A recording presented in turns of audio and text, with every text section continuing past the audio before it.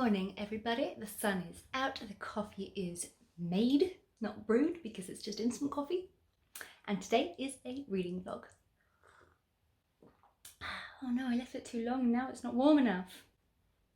So I've got about 20 minutes before I've got to get to work, so I'm guzzling down a quick cup of coffee, having some boiled hard eggs. I'm about to start a new audiobook, Rock, Paper, Scissors by Alice Feeney. I am so excited for this one. Alice Feeney is just such an incredible author.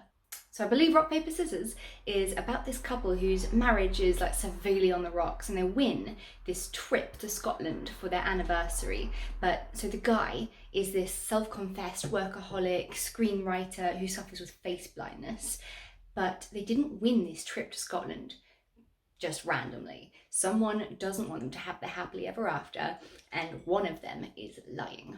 So I thought that I would start it while I eat my eggs and drink my coffee and let you know how I get on with it throughout the day.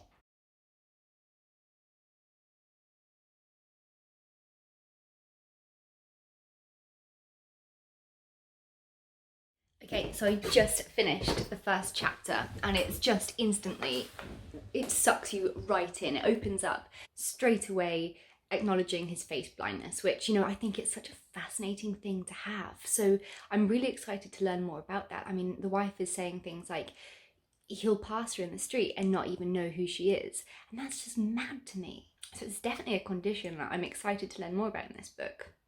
So chapter 1 tackles his face blindness. It also details their marriage very much crumbling apart. They're in the car on the way to Scotland. It's like in the middle of this snowstorm and they're having a bit of an argument. They've got this dog, this Labrador called Bob, in the backseat. And then they arrive to this chapel and it's like all locked up and they don't know how to get in and they're all getting kind of like frustrated with each other. And then the chapter ends with the doors opening. I thought it was a really solid first chapter and I am so excited to put it back on when I get into my car and drive to work. In my lunch break today, I'll be reading That Night by Gillian McAllister because that's my physical book. So if the weather holds out and continues to be beautiful, because right now the sun is shining, I might go sit in the park and just relax in the sun with my book, and so I can vlog a bit of that because it's so beautiful rather than being trapped inside all day. Anyway, let's drive to work and try not get killed on roundabouts that I don't understand. Oh my god, it's bloody cold. Like, where is summer this year? Seriously, it is freezing outside. Oh my goodness. I got to chapter 5 of this book and it's so good already. So it's alternating chapters between the wife and the husband, but I don't think that the wife is the wife. And obviously he wouldn't know because he can't recognise her face. But there's things that he's done to be able to recognise her, such as like being able to smell her perfume and the way that she touches him and stuff. But there's hints towards either a woman is going to try and take over the wife's role, or the wife isn't the wife at all because she is lying. He saw her take his phone and put it back inside the house from the cubbyhole in the car, but she's saying that she didn't do it, but he did. And I'm just like, oh, she's lying. Is that what? I don't know, because then his chapters also seem like really sinister and dark. They're both not very likeable in my opinion so far, but like that's what makes an epic story, isn't it? I'm just absolutely enthralled. I'm so excited to continue.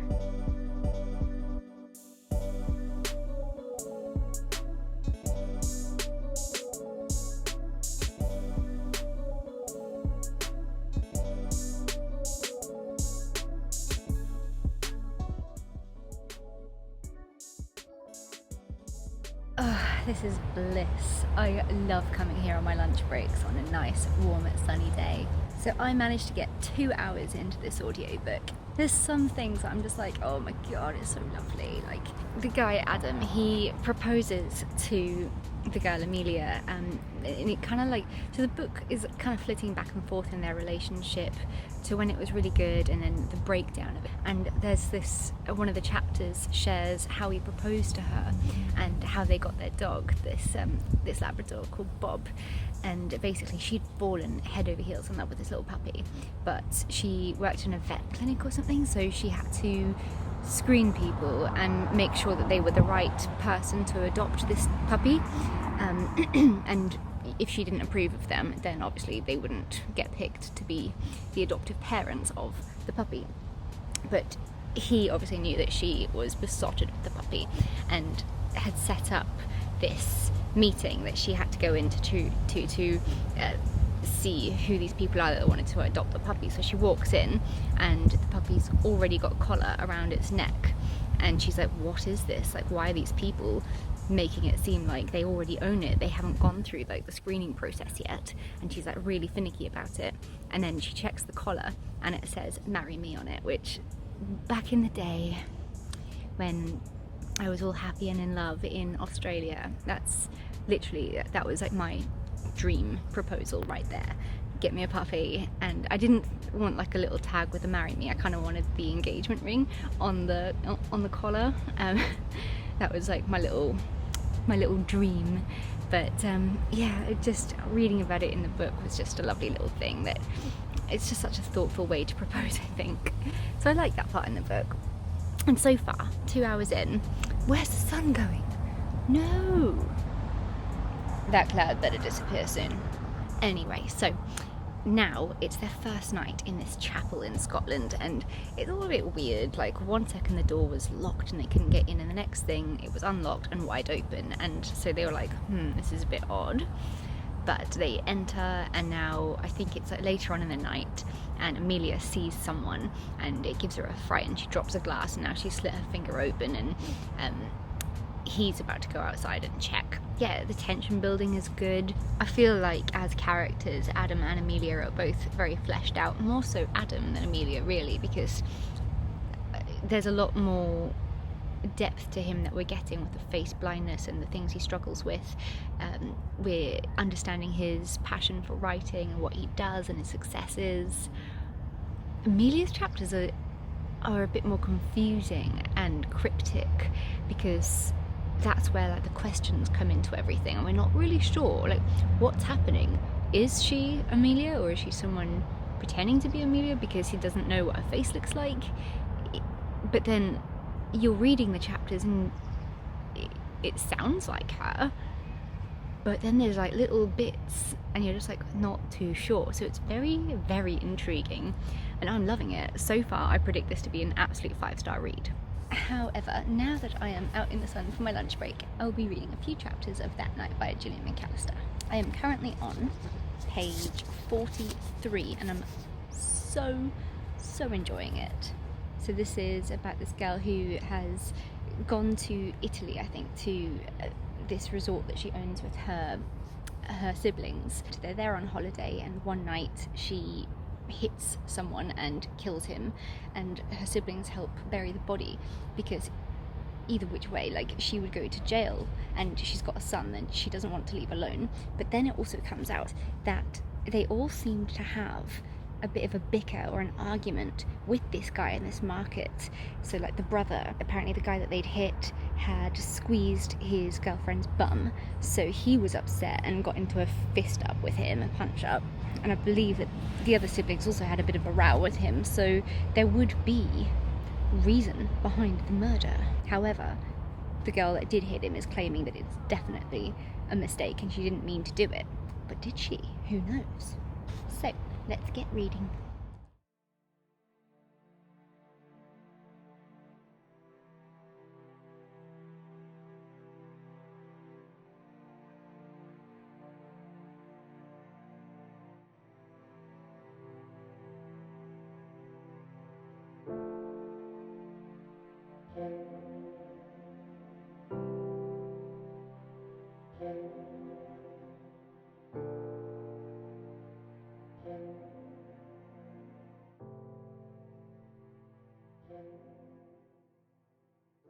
Oh, the little son in this book, he's like 2 years old, and he just reminds me so much of my nephews. Like, he knows all the names of all the dinosaurs, and the mum literally said he can't say the word yes, but he can say velociraptor. And that's so true. My nephews, they are so impressive. They literally know all the names of all the dinosaurs. You could show them a picture of some random ass one and they'll just be like, yeah, that's a that. And they just know. It's amazing. Oh, I miss them. They're still in South Africa. Okay, so I only managed to read 10 pages of That Night by Gillian McAllister, but it is so good. Both of these books are excellent reads and I'm really enjoying them. So That Night, now it kind of goes back and forth between what the siblings do with this body and bury it and cover it up, and then it goes into the future where they've kind of all gone their separate ways. They're no longer in communication. The main girl that hit this body, Franny, she's like estranged from the whole family now, and it hasn't come out why yet, like what happened, so that's going to be exciting to find out. And then we've also got the backstory of Franny's brother's girlfriend or wife, Lydia, and she's trying desperately hard for a baby. She's been trying for like 18 months. She's bought like hundreds of pregnancy tests, but it's just not happening for her, and she's just taken another one now in the bathroom while all the siblings are still out like blood stained and muddy from burying this body. And it said that she's not pregnant again, so obviously that's going to be upsetting for her.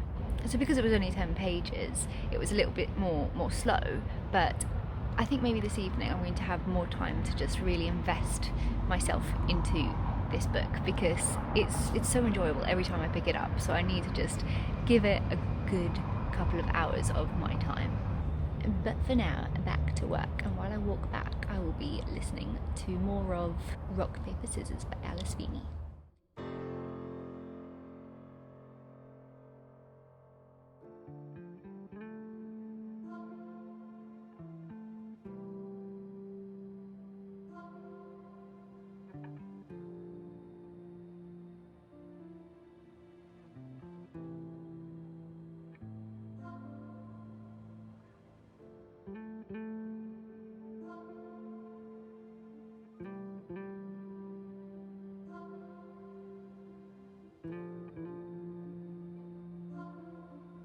Okay, I'm home from work. I got just over 3 hours into this audiobook on my drive to and from work and during my lunch break.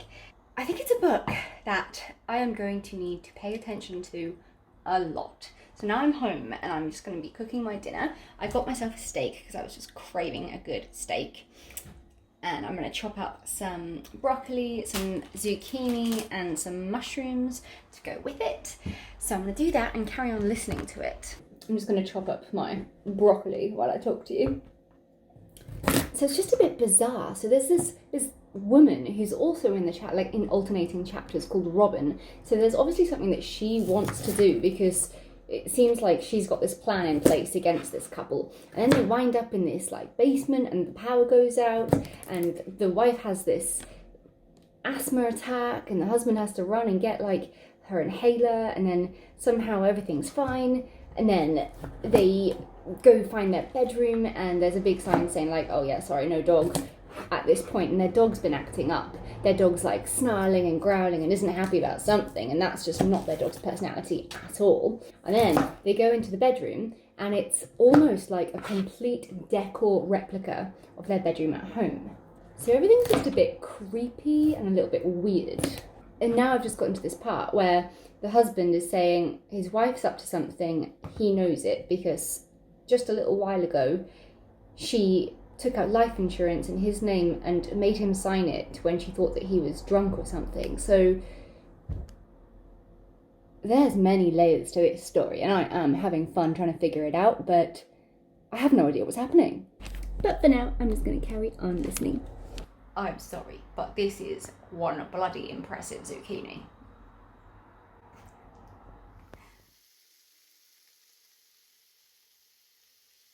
Hello everyone, it's the next day. Sorry I didn't vlog more yesterday, I just needed a bit of me time. I ended up watching the finale of the UK Love Island. Millie and Liam won, yay! I'm really happy, I really liked them, even though Liam did kind of not be the best in Casa Amor. I knew it was going to be between Liam and Millie or Chloe and Toby. I would have been happy with either of them. However, I wanted to update you today because I have gotten further.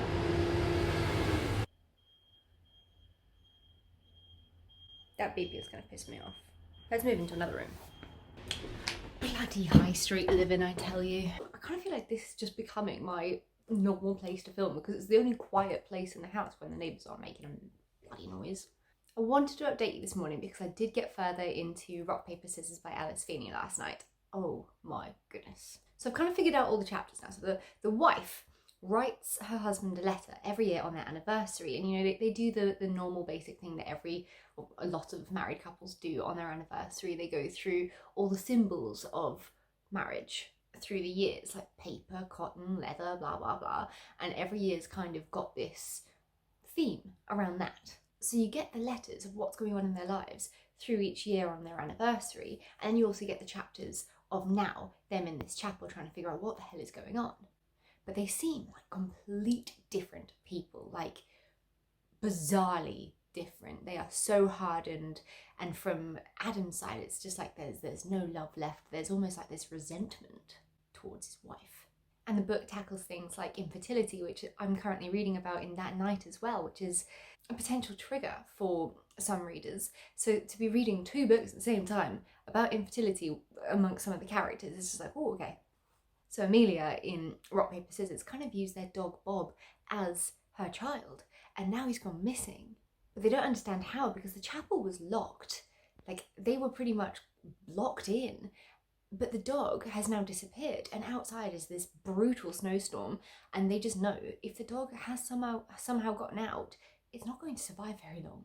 There's also an element of infidelity, so it's very clear that the husband cheated at some point, and I'm pretty sure I know who he cheated with, this like Hollywood actress called October, and she's got some kind of tie or link to this chapel, but they don't know what that is yet. They're trying to figure it out. There's all these like funny little intricate things, and it's so hard to figure out what the hell is actually happening in this book. And then we've got these chapters with Robin, who appears to be this kind of like witchy vibe person, although she says that she's not a witch in her chapters. But all the locals in this area in Scotland know to completely avoid the house. The only person that really ever comes close is like, I don't know if it was the postman or the grocery man who like brings her some stuff every now and again and kind of like fills her in on what's going on. But turns out Robin invited this couple to the chapel, but why? And she's like, oh, hilarious that they thought I'd let them stay for free. And the chapel's like really run down, and the couple's now thinking, is she like the housekeeper? If so, she's a pretty shit one, because the house is a horrible pigsty. It's very dark, very like sinister, and I have no idea what direction this book is going to go. I do wish I could stay at home all day and read, pull a sickie, but that's just not me, so I've got to get to work now. But that is what makes a good book, if it makes you want to like pull a sickie at work, stay home just to read. However, I will continue reading That Night by Gillian McAllister today in my lunch break. I don't think the weather's going to be quite as nice as yesterday, so it might be just a day inside the office. I'd go to a nice cozy cafe, but I'm really trying to save money for my car in October. But first, I do have my drive to work, so I can pop on Rock, Paper, Scissors in the car and just try and laugh up a few more chapters. See you later. That was really weird. Good morning, everybody. I'm working from home today for the first time in my life, and I just feel very weird about it because I love going to the office and like having to commute to work and dressing up and stuff. So I thought, even though I'm working from home and I could technically stay in my pajamas all day, I am going to do a normal routine, put some makeup on, get dressed. Yesterday I went shopping and I bought proper skin stuff. I usually just use like simple, very cheap face cream, but then I realised I am 30 now and getting some wrinkles appearing, so I was like, okay, let's get this anti-wrinkle eye cream and let's just realise I'm not getting any younger. And then an intense hydration day and night cream enriched with certified organic rosehip oil and shea butter to intensely hydrate, replenish and soften the skin. And it's for dry and sensitive skin because I do have psoriasis on my face. So this is AKIN. It is a natural Australian skincare product that I have heard about before and that has been highly recommended. However, it is so expensive. Therefore, let's bloody hope it works. So we're starting with the eye cream. So I'm busy reading Rock, Paper, Scissors. And so, okay, so we had this girl, October, who it seems like the husband was cheating on. And then the couple stays in October's house. and there's letters addressed to her, but with the first name, the initial is R. So then I was like, oh my god, she's Robin. But then, like, she dies, so it can't be Robin. And it turns out that her real name was Rainbow, of all things. But I'm going to stop spoiling this vlog now, because I think it's unfair. Like, I want you to be able to watch this video without me giving away the actual ending to you. I don't know how much eye cream you're supposed to use. I'm literally just using that. So no more spoilers from this point on. I don't want to reveal the big twist at the end, but oh my goodness. I've got about an hour and a half left now, and I now know who Robin is, and I'm just like, whoa. This book is making my mind spin. The suspense is killing me. Everything is ramping up, and I'm just like, holy moly. I tried this for the first time last night, and I was like, oh, that feels amazing on my skin. It's going to be very weird working from home today. Like, I'll get to read at home in my lunch break and chill out. I wish the weather was nicer, but it's like summer has just completely evaded us this year. Anyway, I'm going to continue listening to this book while I get ready for work. Good morning, everyone. This is just a quick end to this video to say that I finished Rock, Paper, Scissors by Alice Feeney. I loved it, but I ended up giving it a 4 out of 5 stars purely for the fact that it was really quite confusing, and like it was just a lot to take in. I really struggled to figure this one out.